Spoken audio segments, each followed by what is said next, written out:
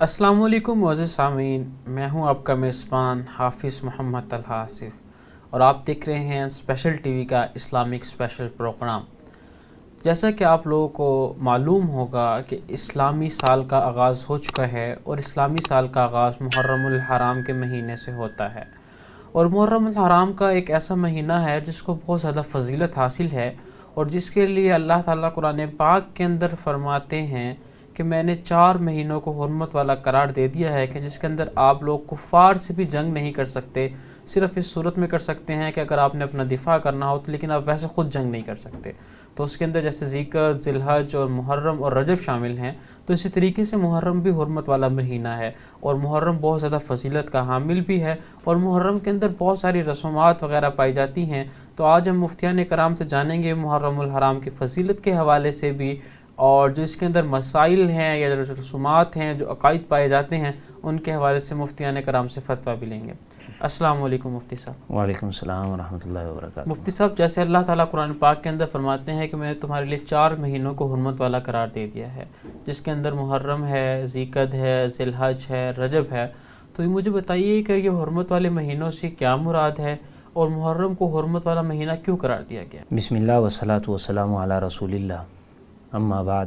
سب سے پہلے تو یہ بات عرض کروں گا کہ محرم الحرام اسلامی تقویم کا پہلا مہینہ ہے، اور اللہ رب العزت نے قرآن کریم میں کئی جگہ پر حرمت والے مہینوں کی حرمت کو ذکر فرمایا ہے کہ آپ جنگ و جدل نہ کریں ان حرمت والے مہینوں میں، کیونکہ یہ آپ نے جو سوال کیا ہے وہ اس کے متعلق ہے کہ یہ اہمیت کیوں حاصل ہے، ان کو کیوں حاصل ہے۔ وہ یہ ہے کہ ایک بندے کی ایک فطرت ہے، وہ سارا سال لڑتا رہتا ہے۔ عرب قبائل جو تھے وہ لڑتے رہتے تھے، تو ان کو اللہ رب العزت نے فرمایا آپ 4 مہینے نہ لڑیں، یہ حرمت والے مہینے ہیں، ان دنگا فساد نہ کریں ان 4 مہینوں کے اندر۔ اب جب وہ لوگ 4 مہینے، ایک مجاہد ہے وہ 4 مہینے نہیں لڑتا، تو آٹومیٹکلی انسان کے جسم کے اندر یہ اللہ رب العزت نے خاصیہ رکھے ہوئے ہیں کہ انسان کا جسم تھک ہار جاتا ہے اور دوبارہ لڑائی پر فوری طور پہ آمادہ نہیں ہوتا، تو یوں کر کے دنیا میں ایک امن کی فضا قائم رہے گی۔ اس امن کے فضا کو قائم رکھنے کے لیے اللہ رب العزت نے یہ حرمت والے مہینے اتارے ہیں کہ ان کا احترام رکھا جائے۔ اور پھر اللہ رب العزت نے کفر میں سب سے بڑا کفر اس کو کہا ہے کہ جو زیادۃ فی الکفر کہا، کہ کفر میں زیادتی ہے، وہ جو نسی کرتے ہیں، یعنی حرمت والے مہینے کو آگے پیچھے کر دیتے ہیں، وہ نسی ہے۔ تو اس حوالے سے محرم الحرام جو ہے وہ اسلامی تقویم کا پہلا مہینہ ہے، اور پچھلے 3 مہینے جو ہیں، 2 مہینے اس کے ساتھ ذیقعدہ اور ذی الحجہ ملے ہوئے ہیں، تو 3 مہینے کے اندر بندہ ریلیکس ہو جاتا ہے اور گھر پر آرام سے بیٹھ جاتا ہے، دوبارہ جلدی جہاد کے لیے جنگ کے لیے تیار نہیں ہوتا۔ اس لیے ایک امن کی فضا قائم رکھنے کے لیے دین اسلام نے ان کو حرمت کا مہینہ کہا ہے اور ان میں فسادات سے روکا ہے۔ مفتی صاحب، مجھے یہ بتائیے گا کہ حرمت والے مہینوں میں اللہ تعالیٰ نے کن کن کام کرنے سے منع فرمایا تھا؟ دیکھیں، حرمت والے مہینوں کے اندر اللہ تبارک و تعالیٰ نے جو منع کیا ہے وہ قتال ہے، جنگ ہے، کہ جنگ چل رہی ہو تو وہ بند کر دی جائے، اور اسی طرح اگر پہلے سے پلان ہو کہ ہم اس مہینے میں جنگ کریں گے تو اس کو بھی پھر ڈیلے کر دیا جاتا ہے۔ تو جو یہ چیزیں ہیں ان کو اللہ تبارک و تعالیٰ نے منع کیا ہے، یعنی کسی کا خون نہیں کرنا، کسی کو مارنا نہیں ہے، قتال نہیں کرنا، آپس میں جو لڑائیاں چل رہی ہیں ان سب کو اس مہینے کے اندر چھوڑ دے، ختم کر دیا جائے، ان چیزوں کو نہ کیا جائے۔ اور کیونکہ یہ جو 4 مہینے ہیں یہ کسی نہ کسی عبادت کے ساتھ خاص بھی ہیں، جیسے ذی الحجہ کا مہینہ ہے، اس کے اندر حج اللہ تبارک و تعالیٰ نے یہ بھی رکھا ہے۔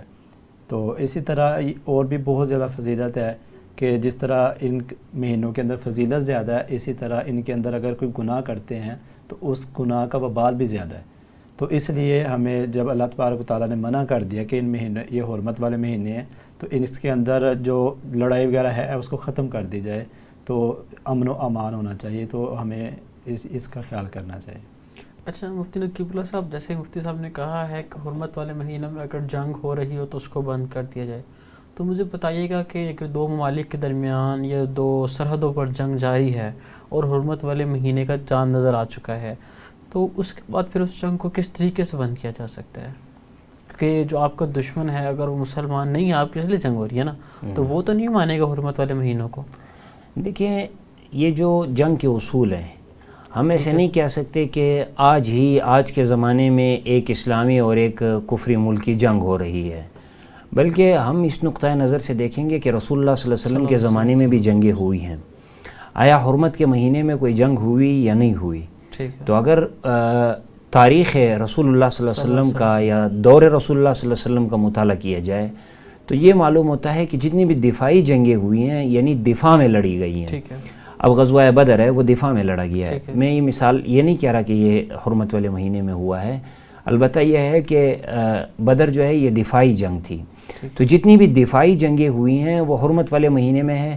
اب اگر دو ملکوں کی لڑائی ہو رہی ہے، جنگ ہو رہا ہے اور دونوں طرف سے ایک طرف سے مسلمان ہیں اور ایک طرف سے کافر ہیں، تو اس صورت کے اندر جو مسلمان ملک ہے اس پر لازم ہے کہ وہ دفاعی پوزیشن پر جنگ لڑے، آگے جا کر اقدامی جنگ نہ لڑے، کیونکہ دفاع کا تو حکم ہر صورت میں ہے۔ ایسا نہیں ہے کہ آپ امن والے جو حرمت والے مہینے ہیں ہاتھ پر ہاتھ رکھ کر بیٹھ جائیں اور دشمن آپ پر چڑھائی کر کے آپ کو اپنے مغلوب کر لے، بلکہ آپ جو ہیں وہ دفاعی جنگ کریں، اپنی پوزیشن سنبھالتے رہیں۔ جیسے حرمت والے مہینے گزرے آپ اقدامی جنگ شروع کر سکتے ہیں۔ ٹھیک ہے۔ اچھا مفتی صاحب مجھے یہ بتائیے گا کہ کہتے جو ہیں اگر کوئی شخص ہے، جس طریقے سے آپ نے بھی پہلے بات کی ہے کہ گناہوں کے وبال کے حوالے سے، تو کیا کوئی مخصوص آیت بھی ہے اتری ہے یا کوئی مخصوص حکم بھی اس حوالے سے اترا ہے کہ حرمت والے مہینے کے اندر گناہوں کو جو ہے روکنے کی تلقین کی گئی ہو، یا ثواب کے لیے ثواب بڑھا دیا گیا ہو، یا کسی عمل کو تیز کرنے کی تلقین کی گئی ہو؟ دیکھیں روایات کے اندر آتا ہے کہ جس طرح یعنی ان دنوں کے اندر روزہ رکھتے ہیں، یہ محرم کے مہینے کے بارے میں بھی آتا ہے کہ جو روزہ رکھتا ہے تو گویا اس نے یعنی پورا مہینہ روزہ رکھے، اس طرح ان کو ثواب ملتا ہے۔ اور اسی طرح احادیث مبارکہ میں آتا ہے کہ جو محرم کے روزے ہیں، یعنی آپ صلی اللہ علیہ حضرت علی رضی اللہ تعالیٰ عنہ سے کسی نے پوچھا کہ رمضان کے بعد جو سب سے فضیلت والے روزے ہیں وہ کون سا روزہ ہے؟ تو حضرت علی رضی اللہ تعالیٰ عنہ نے فرمایا کہ یہی سوال آپ صلی اللہ علیہ وسلم سے بھی کیا گیا کہ رمضان کے بعد جو روزے ہیں وہ کس مہینے کے افضل ہیں؟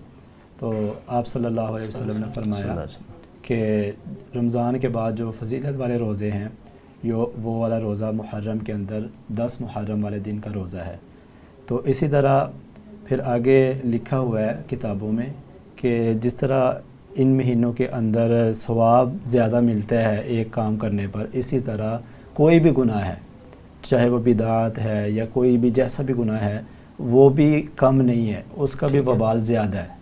اچھا مفتی صاحب مجھے یہ بتائیے گا کہ ابھی ہم تھوڑی سی فضیلت کے اوپر معاملات کے اوپر ڈسکس کر لیتے ہیں، اس کے بعد جو مسائل ہیں میں ان کے اوپر چاہوں گا کہ آپ اس کو فتویٰ وغیرہ بھی دیں۔ تو مجھے یہ بتائیے گا کہ محرم الحرام کی حرمت والے مہینے کے علاوہ اور کیا فضیلت ہے؟ دیکھیں محرم الحرام کو جو اہمیت اور فضیلت حاصل ہے، ٹھیک ہے، وہ صرف اسلام کے بعد سے حاصل نہیں ہے، ٹھیک ہے، بلکہ زمانہ اسلام سے پہلے اس کو فضیلت اور اہمیت حاصل ہے۔ جیسے کہ بہت سارے واقعات ہیں کہ دنیا کے اندر جو پہلی بارش ہوئی وہ بھی 10 محرم الحرام کو ہوئی، اور اسی طرح حضرت ایوب علیہ السلام جو تھے ان کو ایک بیماری لاحق ہو گئی تھی جو ایک آزمائش تھی، اور وہ جو شفا ان کو حاصل ہوئی وہ بھی اسی دن ہوئی۔ حضرت عیسیٰ علیہ السلام کے آسمانوں پر جانا بھی اسی دن کے بارے میں ہے۔ حضرت موسیٰ علیہ السلام کی قوم کو اللہ نے نجات دی، وہ بھی اسی دن پہ دی۔ تو اس کے ساتھ کافی واقعات منسلک ہیں، ایسا نہیں کہا جا سکتا۔ ہاں یہ ہے کہ محرم کی فضیلت شہادت حسین کی وجہ سے نہیں ہے، البتہ یہ ہے کہ شہادت حسین مزید اس کے شہادت حسین کی یاد کو دوبالا کر دیتا ہے۔ البتہ محرم کی فضیلت جو ہے وہ جب سے دنیا قائم ہے۔ ایک آیت ہے قرآن کریم کی، ان عدت الشہور عند اللہ 12 شہرا فی کتاب اللہ، اللہ کی کتاب میں لکھے ہوئے ہیں یوم خلق السماوات والارض، جس دن سے اللہ رب العزت نے آسمان و زمین کو پیدا کیا، منہا 4 حرم، ان میں 4 مہینے جو ہیں وہ حرمت والے ہیں۔ اور پھر حدیث میں آتا ہے ثلاثۃ متتالیات، ان میں 3 جو ہے وہ اکٹھے ہیں اور ایک جو ہے وہ الگ ہے۔ یعنی فضیلت کی اہمیت، ان کو جو فضیلت ہے اور اہمیت ہے وہ اسلام کی وجہ سے نہیں ہے، وہ اسلام سے قبل کے ادیان میں بھی تھا، ٹھیک ہے، تاکہ ان پر لوگ اب محرم کی جو فضیلت ہے آپ دیکھ لیں کہ محرم میں پرانے اقوام کے اوپر روزے فرض کیے گئے تھے، 9-10 محرم کا روزہ فرض تھا، لیکن امت محمدیہ پر ان کو ہٹا کر رمضان المبارک کے روزے فرض کر دیے گئے، جیسے کہ اللہ تعالیٰ فرماتے ہیں کتب علیکم الصیام کما کتب علی الذین من قبلکم، تم پر روزے فرض کیے گئے ہیں جیسے تم سے پہلے پر۔ اب تم سے پہلے پر کون سے روزے فرض تھے؟ رمضان کے روزے تو نہیں تھے، رمضان تو امت محمدیہ کا خاصہ ہے، وہ روزے فرض تھے محرم کے، وہ چند روزے تھے جو ان سال کے اندر ہے وہ فرض تھے۔ تو اسی لیے محرم الحرام کو فضیلت حاصل ہوئی ان فرضیت کی وجہ سے اور حرمت والے مہینوں میں اس کے ذکر آنے کی وجہ سے، اور اس کے اندر بہت سے بڑے بڑے واقعات جو کائنات میں رونما ہوئے ہیں، ان واقعات کی بنیاد پر محرم الحرام کو فضیلت حاصل ہوئی۔ اچھا مفتی صاحب مجھے یہ بتائیے گا کہ محرم میں صرف 10 ذی الحج کا روزہ ہے یا محرم کے اندر صرف 10 محرم کا روزہ ہے یا 9 محرم کا بھی ہے اور 11 محرم کا بھی ہے؟ یہ ایک کنسیپٹ ہے جو لوگوں کو چاہیے ہوتا ہے، آپ اس کے اوپر روشنی ڈالتے ہیں۔ دیکھیں اس میں جو فضیلت ہے نا اور جو احادیث مبارکہ میں آیا ہے، وہ جو پہلے بھی روزہ فرض تھا وہ 10 محرم الحرام کا تھا، ٹھیک ہے، اس کو یوم عاشورہ بھی کہا جاتا ہے، ٹھیک ہے۔ تو جب آپ صلی اللہ علیہ وسلم ہجرت کر کے مدینہ منورہ تشریف لے آئے تو وہاں پہ بھی جب 10 محرم کا روزہ رکھا تو پتہ چلا کہ یہ 10 محرم کا روزہ یہود اور مشرکین بھی رکھتے ہیں، ٹھیک ہے۔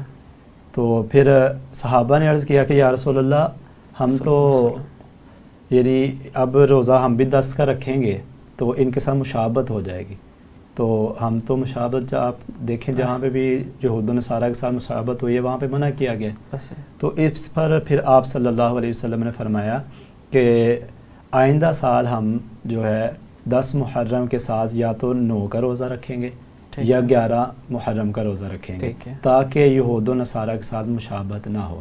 تو پھر آپ صلی اللہ علیہ وسلم اگلے سال زندہ نہیں رہے، آپ صلی اللہ علیہ وسلم رحلت فرما گئے، لیکن اس کے بعد سے پھر علماء نے فقہاء نے لکھا ہے کہ صرف 10 کا روزہ نہ رکھا جائے یا بلکہ 10 کے ساتھ یا 9 کا روزہ رکھ لیا جائے یا 11 کا روزہ رکھ لیا جائے۔ مطلب ضروری نہیں ہے کہ وہ چاہے 9 کا ہو یا 11 کا ہو، مطلب کوئی بھی ایک ایڈ کیا جا سکتا ہے، 9 کے ساتھ 10 کا یا 10 کے ساتھ 11۔ جس نے اگر 10 کا روزہ رکھ لیا، ٹھیک ہے، پہلے دن اس نے 10 کا روزہ رکھ لیا تو اگلے دن وہ 11 کا رکھے گا، چونکہ 9 تو گزر چکی ہے، اور اگر 9 کا روزہ رکھ لیا تو پھر 10 کا وہ آٹومیٹکلی رکھے گا۔ یہ چیز ویسے آپ صلی اللہ علیہ وسلم کو بہت پسند آئی تھی کہ آپ نے فرمایا مجھے بہت پسند ہے عاشورہ کا روزہ رکھنا، لیکن شریعت مطہرہ نے ہمیں ہر موڑ پر جا کر خالف المشرکین اور خالف الیہود کا حکم دیا ہے کہ ان کی مخالفت کرو۔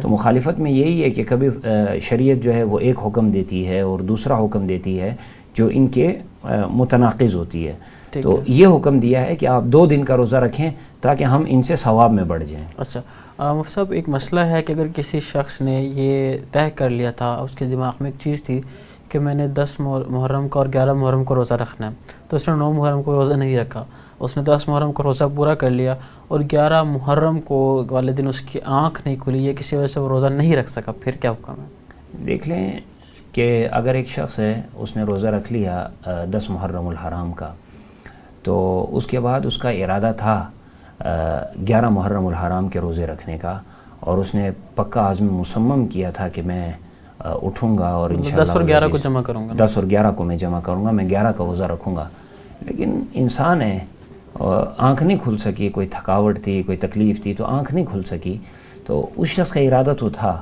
لیکن وہ رکھ نہیں سکا، اس وجہ سے ثواب تو ملے گا، البتہ اس کی مخالفت کی نیت تو تھی، وہ الگ بات ہے کہ وہ اٹھ نہیں سکا انسان ہے۔ ہاں اگر وہ شخص ایسا کرتا ہے کہ بغیر سحری کی نیت کر لیتا ہے وہ ایک الگ چیز ہے، وہ ایک الگ چیز ہے، وہ اس شخص کی اپنی ثواب دید پر ہے۔ اگر بالکل نہیں رکھتا اور کیا دیتا ہے کہ مجھ سے روزہ رہ گیا ہے، تو اس صورت کے اندر یہی ہے کہ بھائی گناہ تو نہیں ہے، ثواب بھی ملا ہے اس کو ایک روزے کا، اور اگلا روزہ اس نے نہیں رکھا تو اس کی نیت تو تھی، تو لہٰذا وہ نیت کی وجہ سے یہی کہا جائے گا کہ بھائی اس پر کوئی وبال یا اس طرح کی چیز تو نہیں ہے، البتہ ثواب ہی ہے۔ ٹھیک۔ اچھا مفتی صاحب 10 محرم کو یوم عاشورہ کیوں کہا جاتا ہے؟ اس کے پیچھے کیا ریزن ہے، اور 10 محرم والے دن کو ہی کیوں یوم عاشورہ کہا گیا؟ دیکھیں عاشورہ جو ہے نا یہ عاشرۃ سے نکلا ہے، ٹھیک ہے، اور عربی میں عاشرہ کہتے ہیں 10 کو، ٹھیک ہے، تو جب محرم کے تاریخ 10 دن ہو جاتے ہیں، ٹھیک ہے، اس کو اس وجہ سے یعنی عاشرہ سے ہی عاشورہ کی طرف منتقل کیا گیا، ٹھیک ہے، اس بنیاد پہ اس کو عاشورہ کہا جاتا ہے۔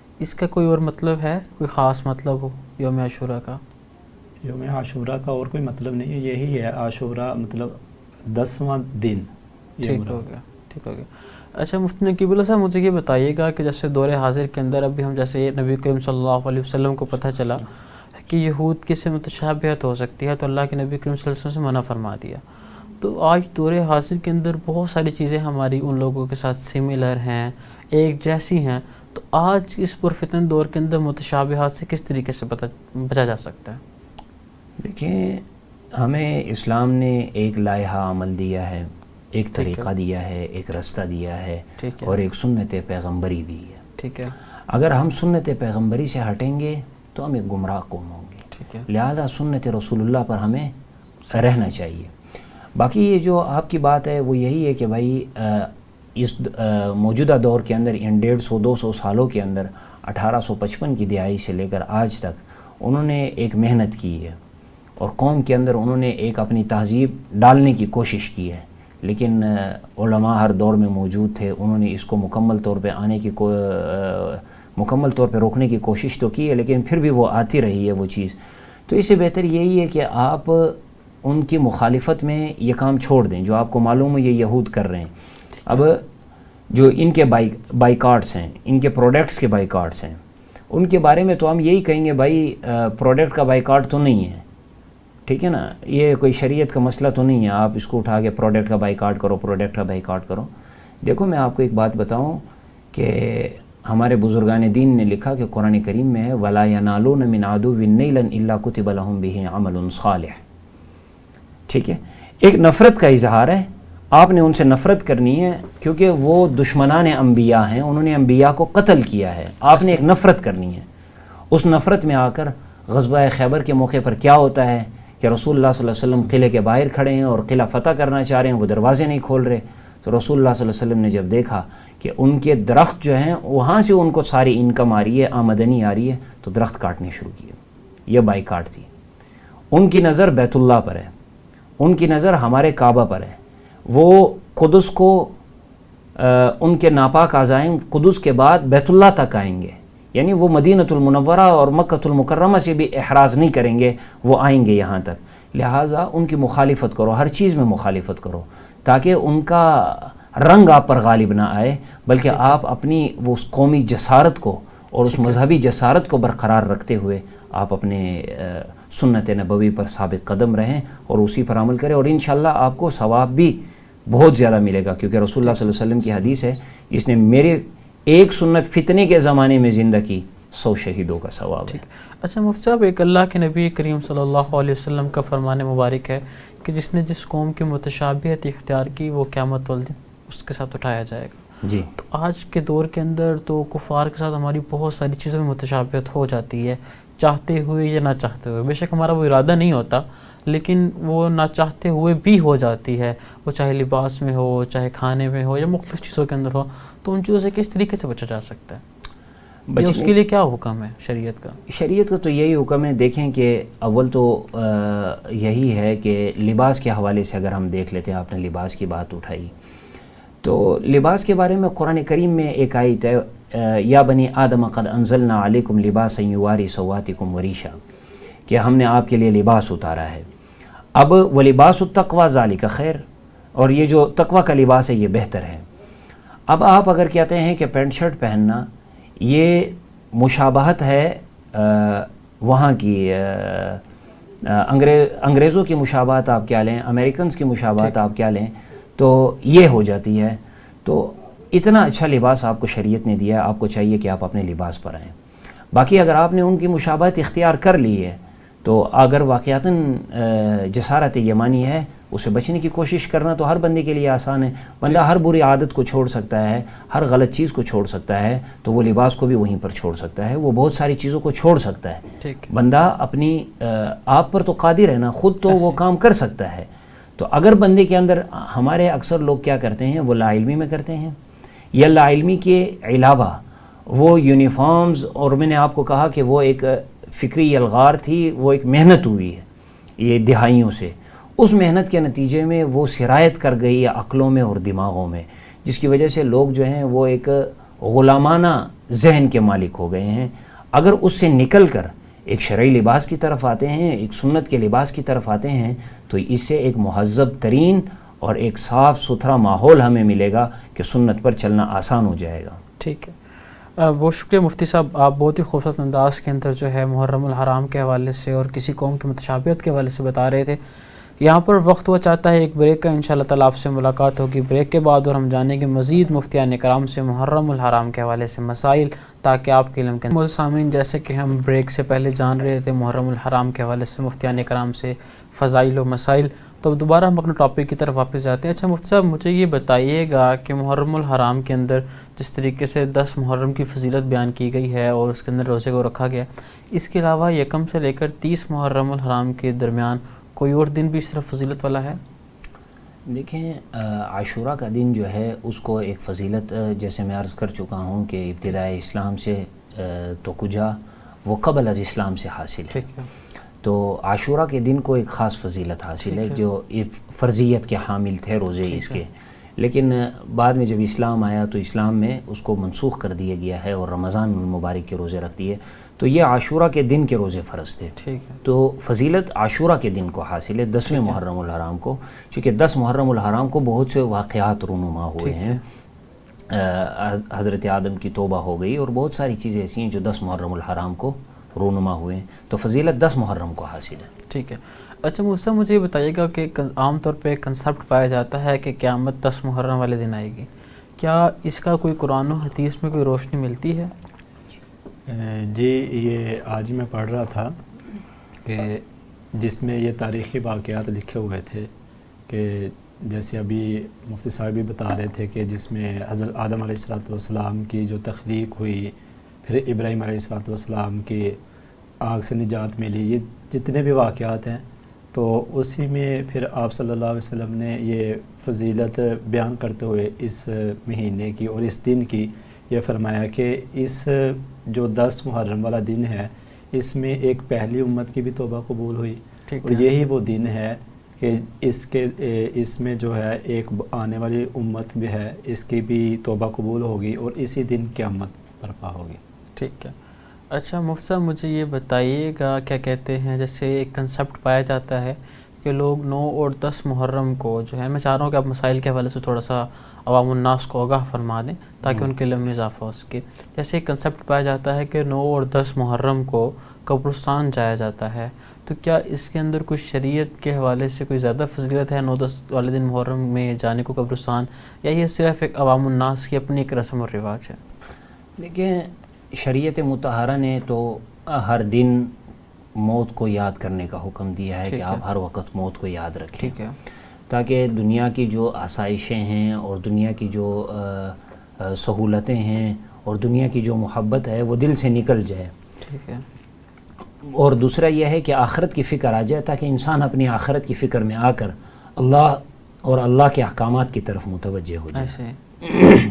اسی تناظر میں لوگ مختلف اوقات میں اور قبرستانوں میں جاتے ہیں اور وہاں جا کر ایصال ثواب کرتے ہیں. جیسے کہ عید سے ایک رات قبل لوگ جاتے ہیں اور جا کر قبرستان پر عید کی صبح بھی جاتے ہیں. تو ان میں بعض ایسے واقعات ہیں جو احادیث میں ثابت بھی ہیں، جن کا ثبوت بھی ہے، اور کچھ ایسے ہیں کہ جن کے بارے میں یہ ہے کہ آپ جائیں اور وہاں پر جا کر مردوں کو دعا کریں اور ایصال ثواب دیں. یہ فضیلت کے دن ہے. لیکن کیا 10 محرم والے دن کی کوئی اسپیسیفک ہے، حکم ہے؟ جاتے ہیں لوگ، اس میں یہی ہے کہ دیکھیں لوگ جاتے ہیں. میں یہ پوچھ رہا ہوں کیا شریعت نے کوئی حکم نازل کیا ہے؟ شریعت میں ایسا کوئی خاص نہیں ہے 10 محرم کو جایا جائے. شریعت کے اندر نہیں ہے کہ یہ دن مخصوص دن نہیں مقرر کیے گئے. یہ دیکھیں نا، مخصوص نہیں کیا اس کو. البتہ یہ ہے کہ یہ فضیلت کے حامل دن ہے. آپ اس دن جب قبرستان میں جائیں گے تو قبرستان میں جا کر لوگوں کو آپ اپنے جو عزیز و اقارب جو فوت ہو چکے ہیں ان کو آپ ایصال ثواب دیں گے. ٹھیک ہے نا. تو فضیلت کے حامل دن میں آپ جا سکتے ہیں، مسئلہ نہیں ہے. ہاں، اس کو دین اور شریعت سے جوڑ کر نہ کیا جائے. ٹھیک ہے. البتہ یہ ہے کہ آپ اس کو جائیں اور یہی کہیں کہ بھائی یہ بس ہم جا رہے ہیں اور ایصال ثواب کر رہے ہیں. اسی لیے میں نے آپ کو عام دنوں کی مثال لی کہ عام دنوں کی طرح اس کو سمجھا جائے. ٹھیک ہے. اچھا مفتی، مجھے یہ بتائیے گا کیا خواتین قبرستان جا سکتی ہیں؟ جی، قبرستان کے اندر خواتین بھی جا سکتی ہیں، جس طرح مردوں کے لیے حکم ہے کہ یہ جائیں. اور ان کو آخرت اپنی یاد آئے گی، تو اس طرح انہوں نے بھی آگے جانا ہے تو ان کے لیے بھی قبرستان جانا جائز ہے. لیکن البتہ یہ جو مشہور ہے کہ قبرستان کے اندر خواتین نہ جائیں اس لیے کہ وہ مردے دیکھتے ہیں، ٹھیک ہے، ایسی کوئی بات نہیں ہے. یہ ایک بات ہے میں اور اس میں کر لوں کہ دیکھو خواتین جو ہیں وہ قبرستان میں جائیں، لیکن وہ ایک شرعی تناظر میں جائیں، جو شریعت نے ان کے لیے ایک دائرہ کار بنایا ہے وہ اس دائرہ کار کو ملحوظ رکھتے ہوئے جائیں، تاکہ وہ شریعت کے تمام احکام کو دیکھ کے اس کے مطابق جائیں. اب اگر وہ بے پردہ جا رہی ہے تو فتنے کا اندیشہ ہے، اور اسی طرح اگر وہاں جا کے نوحہ اور وویلا کرتی ہے تو رسول اللہ صلی اللہ علیہ وسلم نے منع فرمایا ہے. اب دیکھیں نا، آپ صلی اللہ علیہ وسلم کی احادیث ہیں نوحہ کرنے والوں کے خلاف ہیں، اور نوحہ کرنے والوں کو کی مذمت کی ہے شریعت نے، حوصلہ افزائی کبھی نہیں کی. تو یہی وجہ ہے کہ محرم الحرام میں نوحہ کرنا، خصوصاً قبرستان میں جا کر، یہ بہت زیادہ شریعت اور اسلام سے. دیکھیں نا، ایک حدیث مبارکہ ہے میرے ذہن میں آئی کہ من لطم الخدود وشق الجیوب ودعا بدعوى الجاہلیہ فلیس منا، وہ ہم میں نہیں ہے. تو یہی نوحہ کرنا، جہالت کے وویلے کرنا وہاں جا کر، تو یہ خود اپنے آپ کو اسلام سے نکالنے والی بات ہے. یہ اللہ کے نبی کریم صلی اللہ علیہ وسلم کی حدیث مبارکہ بھی ہے کہ میری امت 4 جہالت کے کام نہیں چھوڑے گی، جس میں سے اپنے اس کے اوپر نسب کے اوپر فخر محسوس کرنا، اور دوسروں کے نسب کو کم تر کرنا، اور نوحہ وغیرہ کرنا ہے. اور ایک چیز ہے کہ عورتوں کے اندر نوحہ کرنے یہ زیادہ پایا جاتا ہے بنسبت مردوں کے، اور عرب میں بھی عورتیں کرائے پر لائی جاتی تھی نوحے کے لیے. ٹھیک ہے، یعنی اس وجہ سے ان کو کہا گیا کہ آپ عورتوں کو ذرا کم قبرستانوں پر جانے دیں تاکہ وہ وہاں جا کر شرک میں اور بہت ساری چیزوں میں، رسومات میں مبتلا نہ ہو جائیں. ٹھیک ہے، مطلب اگر عورت پردہ کر کے جا رہی ہے اور وہ اس کو رسومات پتہ میں ہے مبتلا نہیں ہو رہی، اپنے محرم کے ساتھ جا رہی ہے اور اس کے محرم نے اس کو مطلب بتایا ہوا ہے کہ مطلب کس طریقے سے جانا ہے اور کس طریقے سے نہیں، اور اگر وہ ان تمام شریعت کی حدود کی پابندی کرتی ہے تو وہ قبرستان جا سکتی ہے. ٹھیک ہے. اچھا مفتی صاحب، مجھے ایک اور سوال کا جواب دیجیے گا کہ پاکستان کے اندر ایک اور رسم و رواج پایا جاتا ہے کہ محرم کے پورے محرم کے مہینے کے اندر لوگ شادی بیاہ یا نکاح کی تقریب نہیں رکھتے. دیکھیں اس کے حوالے سے شریعت کا کیا حکم؟ شریعت کا یہ حکم ہے کہ آپ کوئی دن منحوس نہیں ہے، کوئی دن ایسا نہیں ہے کہ آپ اس میں نکاح نہیں کر سکتے. ٹھیک ہے. یہ بات میں نے اس لیے کہی کہ اس کے ساتھ سفر کا مہینہ آ رہا ہے، لوگ اس کو منحوس سمجھ کر اس میں نکاح نہیں کرتے، اور محرم میں ویسے نہیں کرتے. ٹھیک ہے. یہ بات غلط ہے. خود حضرت علی رضی اللہ تعالیٰ عنہ کا نکاح اس دن ہوا ہے، محرم الحرام میں ایک نکاح ہوا ہے حضرت علی رضی اللہ تعالیٰ عنہ کا. آپ صلی اللہ علیہ وسلم کا آپ صلی اللہ علیہ وسلم کا حضرت خدیجہ سے جو نکاح ہوا ہے وہ بھی محرم الحرام کے مہینے میں ہوا ہے. اور دیگر صحابہ کرام نے بھی اس مہینے میں نکاحیں کی ہیں، جن کو بعض تاریخ کے اوراق نے جو ہے وہ قید کیا ہے اور بعض نے نہیں کیا. ٹھیک ہے. اور جو حضرت علی رضی اللہ تعالیٰ والی بات کی ہے وہ میں نے حضرت فاطمہ والی نکاح کی بات نہیں کی، وہ میں نے کسی اور نکاح کی بات کی ہے. حضرت فاطمہ رضی اللہ تعالیٰ عنہ کے اس دنیا سے پردہ فانی کے بعد جو نکاح حضرت علی رضی اللہ عنہ نے کیے تھے، تو ان کے اندر جو ہے ایک نکاح محرم میں ہوا ہے، اس کو بعض مورخین نے لکھا ہے. اور رسول اللہ صلی اللہ علیہ وسلم کا نکاح ہوا ہے. جب رسول اللہ صلی اللہ علیہ وسلم کا عمل آ جائے تو اس کے بعد لوگ یہ کہیں کہ ہم محرم میں نکاح نہیں کریں گے، یہ تو جہالت ہے محض اور کچھ نہیں ہے. ٹھیک ہو گیا. اور سفر کو منحوس کیوں سمجھ جاتا ہے عام طور پہ، یا اس میں نکاح کیوں نہیں کیا جاتا؟ اس میں آپ کو ایک چیز واضح کرتا جاؤں کہ سفر جو ہے اس میں ہندوانہ رسمیں زیادہ تھی. ٹھیک ہے. ہم جن علاقوں کے اندر رہ رہے ہیں یہ علاقے ہندوستان کے زیر تسلط رہے ہیں. یہاں پر ہمارے جو ہمسائے تھے، جو لوگ تھے، وہ ہندوانہ رسمیں تھی. تو وہ ایک ہندوانہ رسم یہ بھی تھی کہ وہ اس مہینے کے اندر یہ کہتے تھے کہ بھائی یہاں پر بلاؤں کا نزول ہوتا ہے، ان کو ہم جلاتے ہیں، ان کو ہم بھگاتے ہیں، لہٰذا یہ مہینہ منحوس ہے. یہ ایک ہندوانہ کنسیپٹ تھا. اسلام کا اس کنسیپٹ سے کوئی تعلق نہیں ہے، نہ اسلام ایسے کنسیپٹ کی تائید کرتا ہے، بلکہ اسلام نے ہمیشہ بدعات، رسومات اور شرک اور ان چیزوں کی تردید کی ہے، اور ہر موڑ پر کی اور پرزور انداز سے کی ہے. ٹھیک ہے. اچھا مولانا صاحب، مفتی صاحب، مجھے یہ بتائیے گا کہ محرم کے اندر جو عام طور پہ پاکستان کے اندر رسومات اپنائی جاتی ہیں، وہ 1 محرم کو ہو، 2 کو ہو، 3 کو ہو، 4 کو، یا محرم کے کسی بھی دن کو ہو، مختلف قسم کی رسومات پاکستان کے اندر منائی جاتی ہیں، تو ان رسومات کا کیا شریعت سے کوئی تعلق ہے یا نہیں؟ اور دوسری بات مجھے یہ بتائیے گا کہ اگر کوئی شخص ویسے ہی اس کو منا لیتا ہے چلو اسلام سے ہٹ کر، تو کیا اس کے اوپر کوئی اسلام سختی والا عمل اختیار کرتا ہے یا نہیں؟ دیکھیں جو فضیلت بیان کی گئی ہے 10 محرم والے دن کی، تو اس کے اندر جو شریعت نے بتایا کہ جو کام کرنے ہیں وہ بنیادی طور پہ 2-3 کام ہیں. ایک تو روزے کے بارے میں آیا کہ اس دن روزہ رکھا جائے. دوسرا ایک حدیث میں آتا ہے کہ 10 محرم والے دن اگر کوئی بندہ اپنے اہل و عیال اور گھر والوں پہ پہلے سے زیادہ یعنی ترتیب وار سے زیادہ خرچ کرتا ہے تو اللہ تبارک و تعالیٰ اسے پورا سال کثرت کے ساتھ زیادہ رزق دیں گے. یہ کام آتے ہیں کرنے کے. اور اسی طرح اس دن کے اندر جو کام شریعت نے بتایا وہ سنت کے مطابق کیا جائے اور زیادہ تلاوت قرآن کریم یعنی نیک اعمال کیے جائیں. یہ تو ہیں. تو اس کے علاوہ جو رسومات ہیں جو 1 یا 2 جتنی بھی ہیں آج کل رائج ہیں وہ اس کے علاوہ کوئی اور نہیں ہے. وہ رسومات ہیں، بدعات ہیں، ان کا اس کے ساتھ کوئی تعلق نہیں ہے. تو وہ نہیں کرنی چاہیے. ٹھیک ہے. اچھا، گھر والوں کے ساتھ جیسے آپ نے بھی بتایا کہ اللہ کے نبی کریم صلی اللہ علیہ وسلم کا فرمان ہے، اور فرمان وہ آخر ہے کہ نبی کریم صلی اللہ علیہ وسلم کے بعد کسی اور کا فرمان ضروری نہیں ہوتا. تو جب اللہ کے نبی کریم صلی اللہ علیہ وسلم نے فرما دیا کہ اس دن اپنے اہل عیال والوں پہ خرچ کریں، تو اپنے اہل و عیال پہ کس طریقے سے خرچ کیا جائے؟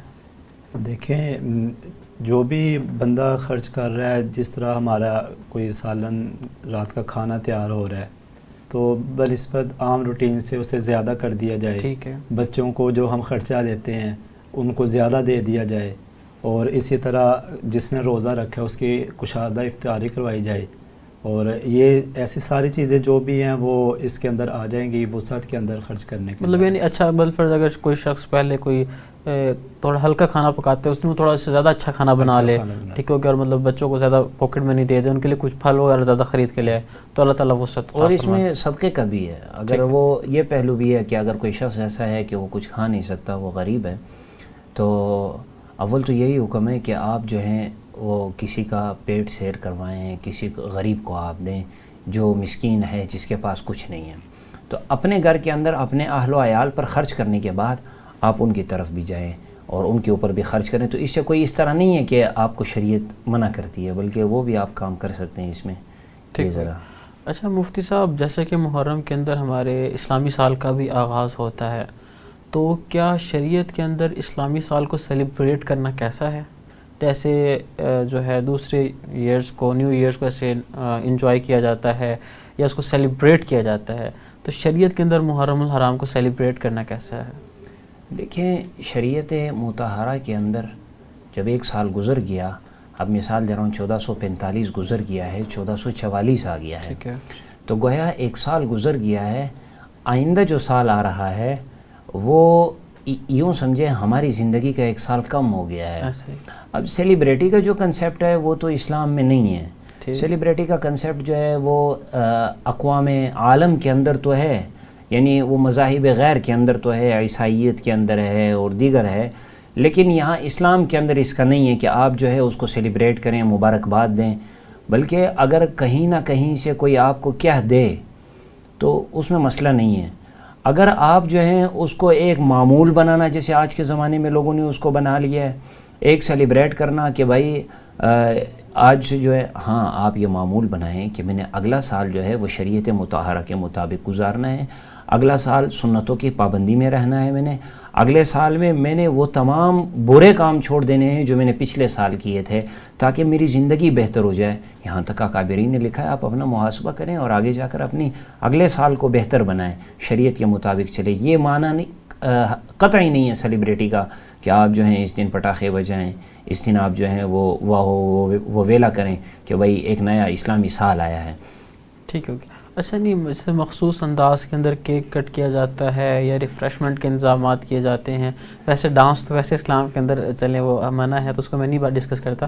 ویسے کیک کٹنگ وغیرہ کرنا اور دوست احباب کے ساتھ مل کر اس کو سیلیبریٹ وغیرہ کرنا، انجوائے کرنا، تو یہ کیسا ہے؟ نہیں ہے ٹھیک نا. میں نے آپ کو وہی سیلیبریٹی بتائی ہے کہ اسلام نے کیا سیلیبریٹی ہمیں دی ہے. ٹھیک ہے. اب آپ ایک دن کو لے کر آپ کہہ رہے ہیں کہ بھائی 1 سال ہے، نیا سال ہے، چلو جی آپ کیک کاٹ رہے ہیں اور ایک بڑے اہتمام سے کر رہے ہیں. اگر آپ دین سمجھ کے کر رہے ہیں تو یہ بدعت ہے. ٹھیک ہے. آپ دین سمجھ کے کر رہے ہیں تو یہ بدعت ہے, اور بدعت بہت بڑا گناہ ہے. ٹھیک ہے. اور اگر آپ دین سمجھ کر نہیں کر رہے بلکہ آپ سیلیبریٹی کے طور پر کر رہے ہیں تو بھائی یہ فضول ہے. ٹھیک ہے. اس کا کوئی اس طرح نہیں ہے کہ بھائی آپ سیلیبریٹی سے یہ ہوگا کہ اگلا سال آپ کا اچھا گزر جائے گا, بلکہ آپ کو افسوس کرنا چاہیے, استغفار کرنا چاہیے. آج میں ایک بنوریا ٹاؤن کا فتویٰ پڑھ رہا تھا کراچی والوں کا. انہوں نے یہ لکھا ہوا تھا کہ جس طرح آج ہم نیو ایئر انگریزی کے اعتبار سے جنوری فروری کو سیلیبریٹ کرتے ہیں, تو اگر یہ والا سال بھی کوئی اس نیت سے کرتا ہے کہ مطلب میں ان کو دعوت دے دوں کہ اسلامک سال بھی شروع ہو گیا, تو پھر اس کی نا اگر کوئی آپ کو کہہ دیتا ہے کہ مبارک ہو تو اس کا جواب دے دینا چاہیے. ٹھیک ہے.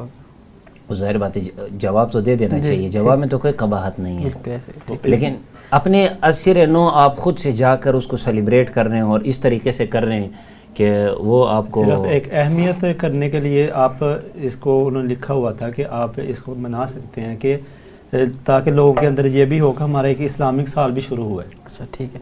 اچھا خود مبارکباد دی جا سکتی ہے نئے سال کی یا نہیں؟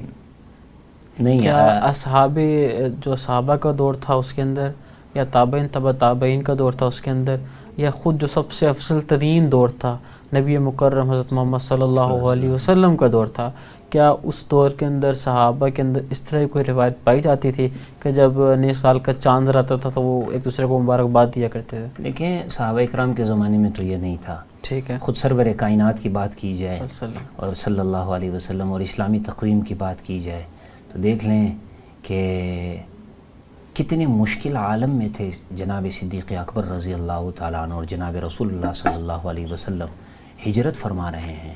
ایک مشکل گھڑی ہے, آپ ایک مبارک سفر کر رہے ہیں اور اس مبارک سفر کے لیے آپ کتنے مشکل حالت میں ہیں, غار میں موجود ہیں, دشمن کا ڈر ہے. ٹھیک ہے. اور اب آپ جو ہیں وہ اسلام کی دعوت کے لیے ایک الگ علاقے کی طرف جا رہے ہیں. یہاں پہ تو یہی ہے کہ اسلام کی دعوت ہی بڑھایا جائے اور اسلام کی دعوت ہی لوگوں کو دی جائے, بجائے اس سیلیبریٹی کے کہ ہم جو ہے غیر شریعت کی طرف چلے جائیں, لادینیت کی طرف چلے جائیں اور بہت سارے مفسدات کی طرف چلے جائیں. ہمیں چاہیے ہم اسلام کی طرف آ جائیں. اسلام نے تو بس اس کے بتائی ہوئی ہیں, جس طرح کوئی بھی چاند نظر دعا بتائیے کہ اگر چاند نظر آ جاتا ہے اللہم جو عام مہینوں کا ہے, اللہم اہل لہ علینا بالیمن والایمان والسلامۃ والاسلام والتوفیق لما تحب وترضى ربی وربک اللہ, یہ دعا ہے. اور یہ اللہم ادخلہ علینا بالیمن والایمان والسلامۃ والاسلام ورضوان من الرحمن وجوار من الشیطان, ان دعاؤں کا حکم شریعت نے دیا ہے. آپ اس طریقے سے سیلیبریٹی کر سکتے ہیں, یعنی اس کو اسلامک سیلیبریٹی آپ کیا لیں. ٹھیک ہو گیا. اچھا مفتیان صاحب, میں بہت ہی خوبصورت انداز کے اندر آپ لوگوں نے لوگوں کو محرم الحرام کے فضائل و مسائل کے حوالے سے بتایا ہے. میں چاہوں گا کہ مختصراً ایک منٹ کے اندر آپ دونوں مفتیان کرام نئے سال کے حوالے سے, کیونکہ جب ہم کسی نئی چیز کے اندر داخل ہوتے ہیں, کسی نئے گھر کے اندر, نئے سفر کے اندر, تو ہم لوگ چاہتے ہیں کہ ہم پچھلی چیزوں کو چھوڑ کر ایک نئے گھر کے اندر آئیں تو نیا ماحول اپنائیں جو پچھلے والے سے بہتر ہو. تو میں آپ سے مختصر شروع کروں گا. میں چاہوں گا کہ آپ مختصراً 1 منٹ کے اندر نا ہمارے سننے والے سامعین کو, ناظرین کو کوئی نئے سال کے حوالے سے چند ایک نصیحتیں فرما دیں جو پورا سال ان کے کام آ سکیں. دیکھیں جس طرح ہمارا اسلامک سال شروع ہوا تو پہلے پہ ہمیں توبہ ہونی چاہیے کہ ہم نیکیاں کم کی ہیں, تو اب نیا سال شروع ہوا ہے تو ہمارا یہ عزم ارادہ ہو کہ پہلے نیکیوں میں ہم زیادتی کریں گے. اگر کوئی ایک پارہ قرآن کریم کی تلاوت کرتا تھا ڈیلی بیس تو اسے چاہیے کہ وہ اسے بڑھا کے زیادہ کر دے. کوئی نوافل پڑھتا تھا 2 پڑھتا تھا وہ 4 کر دے. اس طرح کے ارادے, اگر کوئی صدقہ کرتا تھا وہ بڑھا کے اسے زیادہ کر دے. مطلب نیکیاں جتنیاں بھی ہوں پہلے سے زیادہ کر دے کہ میں مطلب مرنے کے زیادہ قریب ہوں, تو 1 سال میرا گزر گیا. تو اس لحاظ سے یہ ہر ایک کا عزم ہونا چاہیے اور ارادہ بھی ہونا چاہیے تاکہ ہماری آخرت سمجھ جائے. ٹھیک ہے. مفتی نقیب اللہ صاحب, آپ بھی مختصر انداز کے اندر جو ہے نا, مختصر وقت کے اندر جو ہے نا, جامعہ بات کرتے ہوئے ہمارے دیکھنے والوں کو کوئی ایک نصیحت فرما دیں تاکہ ان کا جو یہ والا سال ہے پچھلے سال سے بہتر ہو. دیکھیں کہ جو جس طرح حضرت نے بیان فرمایا کہ پچھلے گناہوں پر پشیمانی ہو, آئندہ سال کے لیے اب چونکہ ہم موجودہ دور کے حوالے سے بات کر رہے ہیں تو آئندہ سال کے لیے ہم کوشش یہ کریں کہ جتنا ہو سکے ملک کے قوانین کا خیال رکھیں, جتنا ہو سکے ہم اگلے آئندہ سال کے اندر اپنی عبادات کا خیال رکھیں, اپنی نشو و نما کا خیال رکھیں, اپنی اہل و عیال کا خیال رکھیں, اور وہیں پر جہاں پر ہم محرم الحرام آیا ہے تو ہم یہ سمجھے کہ جس طرح اللہ رب العزت نے ہم پر حدود لگائی ہیں، اللہ رب العزت کی جو اللہ رب العزت نے جو ہم پر پابندیاں لگائی ہے شریعت نے، ان پابندیوں کے اندر ہم رہتے ہوئے ہم ان تمام کاموں سے بچ جائیں جن سے شریعت مطہرہ نے منع کیا ہے، اور سنت کے راستے پر چلیں. ٹھیک ہے. اور یوں کر کے جب ہم سیلیبریٹی کریں گے تو یہ ہوگا ملک کے اندر امن آئے گا، انصاف آئے گا، خود اقامت دین اور نفاذ دین ہوگا. یوں ایک خوبصورت معاشرہ جو ہے وہ ڈیولپ ہوگا جس سے لوگوں کو اسلام اور شریعت پر چلنا آسان ہو جائے. ٹھیک ہے. بہت شکریہ مفتی اکرام، آپ لوگوں نے اپنے قیمتی وقت میں سے ٹائم نکالا اور آپ ہمارے سامعین کے لیے یہاں کے اوپر تشریف لے کے آئے. آپ نے بہت ہی خوبصورت انداز کے اندر جو ہے محرم الحرام کے فضائل و مسائل کے اوپر گفتگو کی، اور آپ لوگوں نے بھی محرم الحرام کے حوالے سے بہت کچھ جانا ہوگا. اور ہمیں یہ چاہیے کہ جس طریقے سے پچھلے سال کے اندر ہم سے جو بھی غلطی کوتاہیاں ہو چکی ہوں، جس بھی طریقے سے ہماری ناچاکیاں، بد اخلاقیاں یا کوئی بھی کسی قسم کے اندر برائی پائی جاتی ہو، ہم اس کو چھوڑ کر اللہ تعالیٰ سے نئے سال کا یہ عہد کریں کہ اللہ تعالیٰ یہ نیا سال آ رہا ہے تو اس پورے نئے سال کے اندر، اس 12 مہینوں کے اندر میں آپ کی مزید جو ہے رحمت برکتیں حاصل کروں گا، آپ کی رضا حاصل کروں گا اور پچھلے گناہوں سے توبہ کر لوں گا. تو اسی کے ساتھ ساتھ اپنے آج کے میزبان حافظ محمد طلحہ آصف کو اجازت دیجیے. آپ سے ملاقات ہوگی اگلے کسی پروگرام کے اندر. تب تک اللہ حافظ.